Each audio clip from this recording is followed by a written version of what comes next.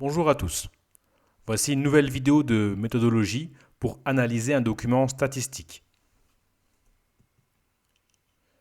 Tout d'abord, il faut savoir qu'il existe différents types de documents statistiques. On a le tableau statistique, le diagramme circulaire, l'histogramme ou encore le graphique. Pour analyser un document statistique, dans un premier temps, il faut le présenter, quelque chose de très classique en histoire-géographie. Pour cela, on peut utiliser la méthode Sandy, déjà mise en avant dans une autre vidéo, où il faut présenter la source, l'auteur, la nature, la date, le destinataire, ainsi que l'idée générale. Je vous renvoie vers cette vidéo pour de plus amples informations. Donc ici, si on prend un exemple, eh bien la source, on l'a. C'est un travail de Gérard-François Dumont qui s'appuie sur les chiffres de l'INSEE. L'auteur, on vient de le dire, c'est Gérard-François Dumont. La nature, c'est donc un document statistique, pour être plus précis, un graphique. La date, on ne l'a pas. Toutefois, on peut penser que le document a été réalisé après 2001 ou après 2002.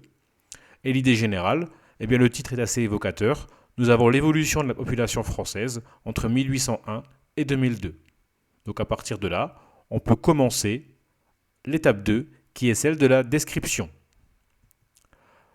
Pour décrire ce document, il faut observer les éléments reportés, voir les chiffres les plus élevés, les plus bas aussi, et voir surtout les évolutions, s'il y a une hausse ou s'il y a une baisse. Donc sur ce document, on peut voir que l'évolution de la population française entre 1801 et 2002 a constamment augmenté, mais il y a eu des périodes où il y a eu un ralentissement. On peut avoir un premier ici, où la population a même baissé, un second moment ici, et enfin une phase d'accélération extrêmement rapide après 1945. Cela nous amène à l'étape 3, qui est celle de l'explication. Pour expliquer ces différents éléments, il faut faire appel plutôt à ces connaissances qui viennent soit du cours ou soit des connaissances personnelles, voire d'un document qui a pu être donné en parallèle, et donc il y a forcément une mise en relation à faire. Donc si je vois les deux moments où la population française baisse, c'est 1914-1918, ce qui correspond à la Première Guerre mondiale.